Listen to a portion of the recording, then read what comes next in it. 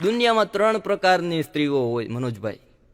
પહેલી સ્ત્રી જેને આપણે પ્રેમ કરીએ, પહેલી સ્ત્રી જેને આપણે પ્રેમ કરીએ, બીજી સ્ત્રી જે આપણને પ્રેમ કરે, બીજી સ્ત્રી જે આપણને પ્રેમ કરે, અને ત્રીજી સ્ત્રી જેની હારે આપણા લગ્ન થાય.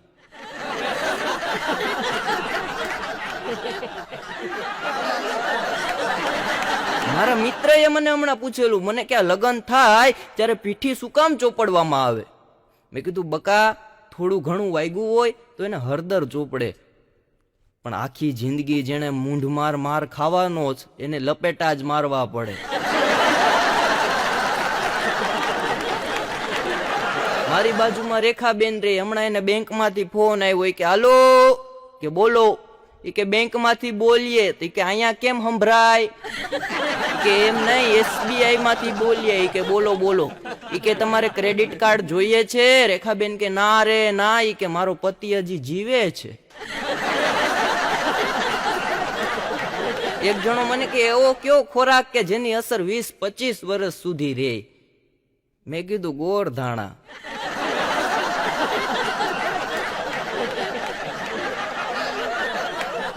એક જણાની પત્નીને નાક કરડી ગયો, એટલે મેં કીધું ઓય તારી પત્નીને નાક કરડી ગયો? મને કે એમાં કઈ મૂંઝાવાનું ન હોય. પણ મેં કીધું ડાલા મોથા જેવો નાગ કરડી ગયો. મને કે એમાં ટેન્શન લ્યો માં. કીધું પણ મરી જાહે. મને કે મૂંઝાવ માં.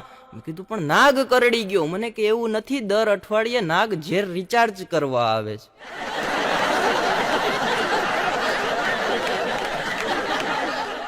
અને મૂળ આ ચાઇનાની કંપની ઓપ્પો ને વિવો, આ મૂળ ચાઇનાની કંપની, પણ ગુજરાતીની કંપની હોત, ગુજરાતના કોઈક માણસે બનાવી હોત તો આનું નામ શું હોત? ભોપો ને જીવો. મોબાઈલ ભાઈ ઉપાડા લીધા કોઈ અત્યારે ભૂકા કાઢી નાખે. હવે એક બુકમાં મેં વાંચેલું મનોજભાઈ, એક બુકમાં એક જ લીટી નહોતું, પણ બહુ વાત જોરદાર એને કહી દીધી કે મારી 9 વર્ષની દીકરી આજે ટેકનોલોજીના અભાવે 19 વર્ષની થઈ ગઈ. મારી 9 વર્ષની દીકરી આજે ટેકનોલોજીના અભાવે 19 વર્ષની થઈ ગઈ. અને અટાણે માણસોને 2 વસ્તુ ગોટારે ચડાવી દે, એક ટીવી અને બીજું બીબી. બેમાં થોડો થોડો તફાવત છે. પહેલો તફાવત તમને કહી દઉં, ટીવીમાં સ્વિચ આવે બંધ કરવાની, બીવી ચાલુ થાય પછી બંધ ન થાય. બીજો તફાવત કહી દઉં, ટીવી બગડ્યું હોય તો રિપેર થાય, બીવી બગડે તો કોઈના બાપનું ન માને.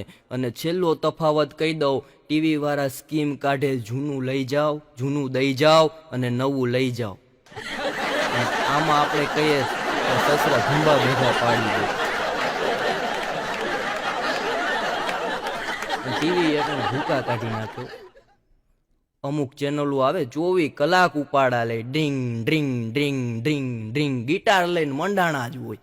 આપણને એમ થાય નાતા ક્યારે હશે, ખાતા ક્યારે હશે, ઉતા ક્યારે હશે.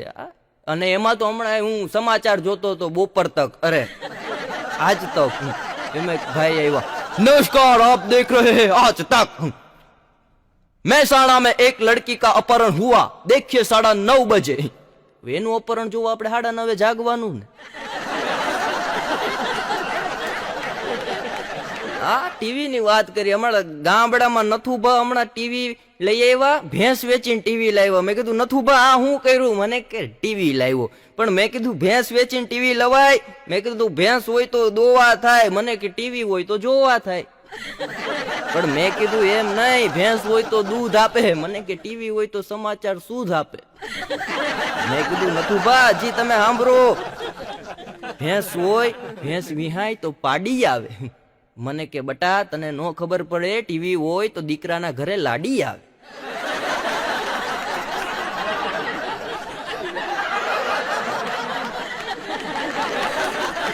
અને ભાઈ નથુભા અમારે એવા સરસ મજાના માણસ, શું વાત કરવી. એક સંતને ત્યાં એ દરરોજ સેવા કરે, અને સંત એક દિવસ પ્રસન્ન થયા કે નથુભા આજે તને આશીર્વાદ આપવા, બોલ તારે શું જોઈએ? કે બાપુ મારે કાંઈ નથી જોતું, પણ મારી બા, મારા પપ્પા, મારો ભાઈ અને મને હાચવે સમજે એવી સારી કન્યા જોઈએ. બાપુએ આશીર્વાદ આપ્યા. એ કે તારા 2 મહિનામાં તારા લગ્ન થઈ જાય, મારા આશીર્વાદ છે. એ કે બાપુ આશીર્વાદ ખેંચી લ્યો.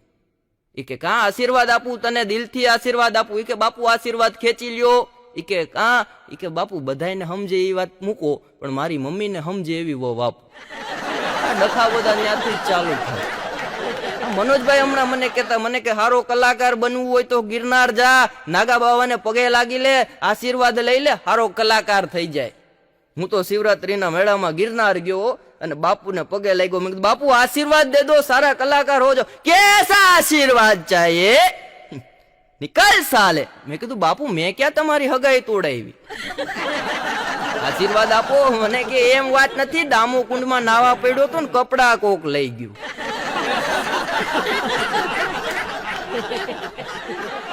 પોતાની પત્નીને પ્રેમ કરે એને રામ કહેવાય, પણ બાજુવાળાને ન્યાય કરવા જાય એને આસારામ કહેવાય. ગજબના ભૂકા કાઢી નાખે એવા જેઠાલાલ. બધાના દિલમાં એક એક બબીતા છે, મારા દિલમાં છે, પણ હવે કહેવાય એવું નથી. એક છોકરી મને કે હું તમને પ્રેમ કરું છું. મેં કીધું કેટલો કરે? મને કે તમારી જેટલો જ.